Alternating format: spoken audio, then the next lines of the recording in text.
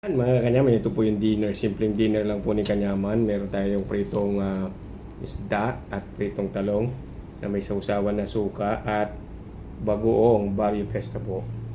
Siyempre, unang subo para kay Marites. Ang sarap. Mabilis ang luto.